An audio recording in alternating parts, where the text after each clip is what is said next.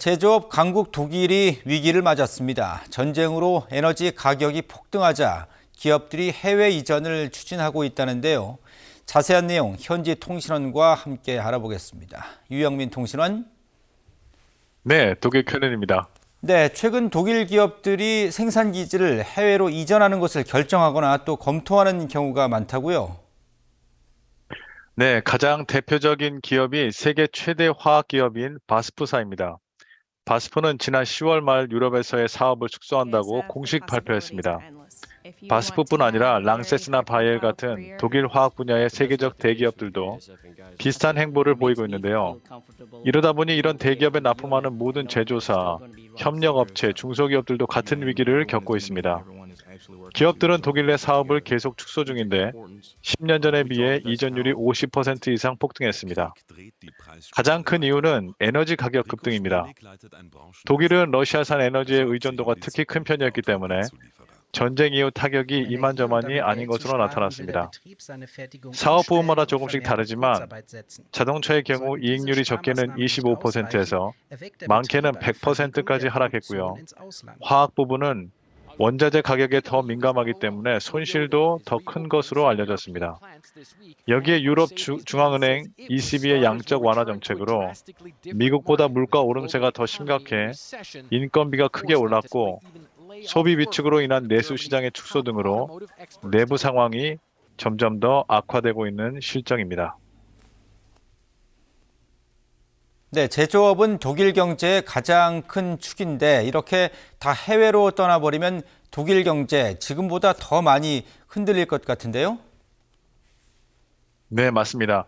지금까지 독일은 핵심 기술을 중심으로 유럽 시장을 주도했고 동유럽이나 이베리아 반도 등 위성 국가들이 값싼 노동력을 지원하는 구조였습니다. 그래서 핵심 기술과 전체 규모에 영향을 주지 않는 선에서 생산 공장만 타 EU 국가나 해외로 이전하는 식으로 균형을 맞춰왔습니다.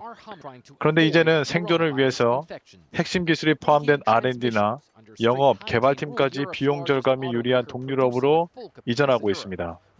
일반 시민이 느끼는 위기감도 큰데요. 가장 크게 피부로 느끼는 것은 제조업 시장의 상품 가격이 거의 50%에서 100%까지 올랐다는 것입니다.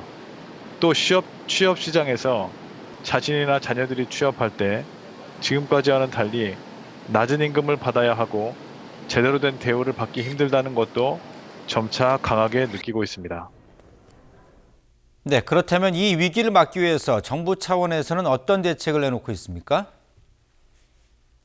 정부는 우선 950억 유로 정도를 시장 안정화 및 실업자 지원, 산업 지원 형태로 지원하고 있습니다. 2천억 유로를 풀겠다는 발표도 있었는데요.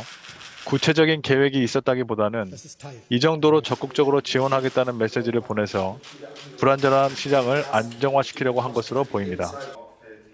하지만 이런 대규모 지원이 물가 오름세를 더 악화할 것이라는 우려가 강해서 섣불리 실행하기도 힘든 상황입니다. 또 독일이 EU 회원국이라는 것도 행동 반경을 좁히고 있습니다. EU는 여러 국가가 뭉쳐져 있는 국가 공동체이기 때문에 개별 국가의 정책이 다른 회원국에 치명적인 영향을 줄 수 있습니다. 따라서 독일이 자국 산업 보호를 위해 무리한 지원 정책을 펴는 순간 EU 회원국이 거세게 반발할 것이고 이는 곧 장기적 불안 요소인 EU가 와해되는 것에 큰 영향을 미칠 수 있습니다. 각 기업과 시민 개개인들도 여러 캠페인이나 정책을 통해 불필요한 에너지를 최소화하는 등 에너지 절약에 힘쓰고 있습니다만 에너지 위기가 장기화되다 보니 불만도 쌓이고 위기감이 무뎌지는 모습도 여기저기서 보이고 있습니다. 지금까지 독일 쾰른에서 전해드렸습니다.